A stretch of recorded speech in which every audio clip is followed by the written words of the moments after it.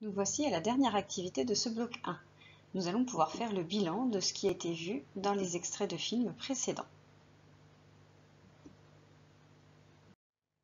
À partir des 10 diapositives qui vont suivre, tu vas pouvoir compléter et commenter un schéma que tu trouveras ensuite dans Moodle. Chacune des bulles vertes renferme des informations. Une fois complété et commenté, ton schéma constituera la leçon de ce premier bloc, une hiérarchie sociale renouvelée. Tu vas commencer par recopier au stylo rouge sur ton cahier ces 3 définitions. Classe sociale, hiérarchie, inégalité. Ces définitions t'aideront à mieux comprendre les diapositives qui vont suivre. Pour les retrouver, va dans Moodle, dans Définitions du chapitre 1. N'oublie pas de mettre ta vidéo sur pause. Avec l'industrialisation de l'Europe, une nouvelle hiérarchie sociale se met en place. Une hiérarchie sociale, c'est une manière d'organiser les sociétés. Dans une hiérarchie, certains individus sont sous l'autorité d'un autre ou alors dominés par un autre.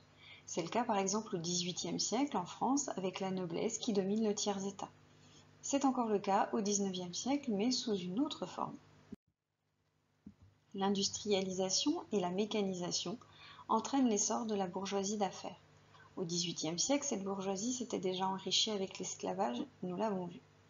Au XIXe siècle, cette classe devient dirigeante, c'est-à-dire qu'elle se place au-dessus de la hiérarchie.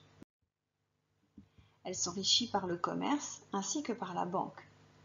En réalité, la bourgeoisie est moins nombreuse et plus puissante. Elle mène une vie beaucoup plus confortable, notamment grâce aux progrès techniques qu'elle peut financer. L'industrialisation donne une place aux ouvriers beaucoup plus importante. Ces ouvriers sont dominés par la bourgeoisie. Ce sont de plus en plus des salariés et ils dépendent donc d'un patron. Ils n'ont que leur force de travail à vendre. C'est une main-d'œuvre importante qui est à la base de la société. De part et d'autre de l'Europe, c'est cette classe sociale ouvrière qui produit les objets et qui utilise les machines.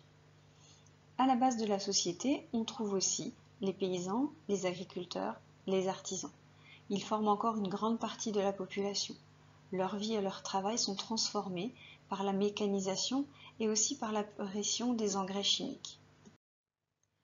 Au milieu, un autre groupe social se développe, grâce à l'épargne et aussi grâce à l'instruction. Ce sont ce qu'on appelle les classes moyennes. Dans cette classe sociale, on retrouve des métiers comme les avocats, les médecins, les employés de magasins aussi, les instituteurs et les institutrices. Ces métiers cherchent à se différencier du monde ouvrier qui lui est à la base. Pourtant, bien souvent, ces personnes sont les mêmes qui sont issues du monde ouvrier. En Europe, au XIXe siècle, on trouve donc 4 grandes classes sociales. Les bourgeois, les ouvriers, les paysans et la classe moyenne.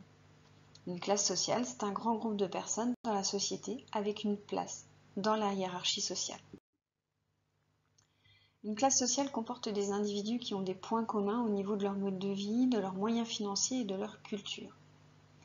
Pour finir, nous allons comparer le budget d'une famille ouvrière et d'une famille bourgeoise. Au XIXe siècle, la moitié de l'argent d'une famille d'ouvriers est utilisée pour se nourrir, contre 22% dans une famille bourgeoise. Pour le logement et pour le chauffage, cela semble assez homogène. Pareil pour ce qui est de l'habillement. Plus d'un tiers du budget d'une famille bourgeoise est consacré à la santé ou à l'éducation. On voit que cela correspond à 6% du budget d'une famille ouvrière. Ces familles doivent aussi payer des impôts.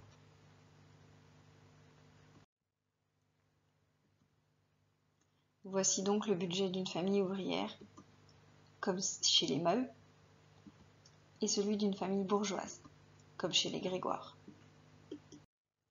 À partir des 10 diapositives que tu viens de voir, tu vas maintenant pouvoir compléter et commenter un schéma. Tu peux te servir de ce texte qui est la reprise de ce qui vient d'être dit. Tu le trouveras aussi sur Moodle. Tu peux l'imprimer et le coller dans ton cahier si tu le souhaites. Tu trouveras dans Moodle une fiche avec les 3 schémas A, B et C. Imprime ce schéma, mais ne le colle pas tout de suite. Dans la première étape, tu dois déterminer pour les numéros 1, 2, 3 et 4 ce qui correspond aux 4 classes sociales du XIXe siècle, les bourgeois, les ouvriers, les paysans et la classe moyenne. Choisis ensuite quel est le schéma entre A, B et C qui exprime le mieux la hiérarchie sociale du XIXe siècle et ne colle dans ton cahier que celui qui te semble correspondre. Puis, en une dizaine de phrases, explique pourquoi ce schéma représente bien pour toi la hiérarchie sociale du XIXe siècle.